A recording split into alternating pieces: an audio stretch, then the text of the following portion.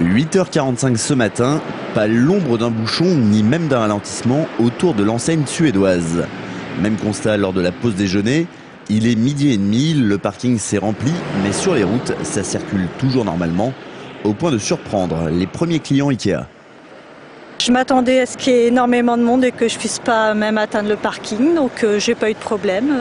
Puis finalement, il y a pas tant de monde que ça. On s'attendait à être à la queue leu sur plusieurs hectomètres, voire kilomètres, et au contraire, on est arrivé facilement. D'accord, donc c'est plutôt une bonne surprise. Ah, c'est une très bonne surprise et l'aménagement des accès a été bien fait. L'arrivée du fabricant de meubles à Tours, c'est l'assurance d'une augmentation du trafic routier d'au moins 5% dans le secteur. On attend même des pics de 600 véhicules par heure les samedis après-midi. Les aménagements de la voirie effectués autour du magasin devraient pouvoir fluidifier le trafic.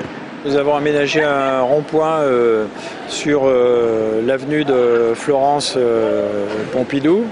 Nous avons également créé une voie nouvelle qui joint la rue Jacques Duclos à la rue Camille Chotan. Ce qui fait qu'on a un contournement de l'ensemble des équipements venant de l'Est, du Sud et du Nord qui permet d'avoir une bonne fluidité puisque ça évite la concentration à des croisements qui étaient particulièrement sensibles.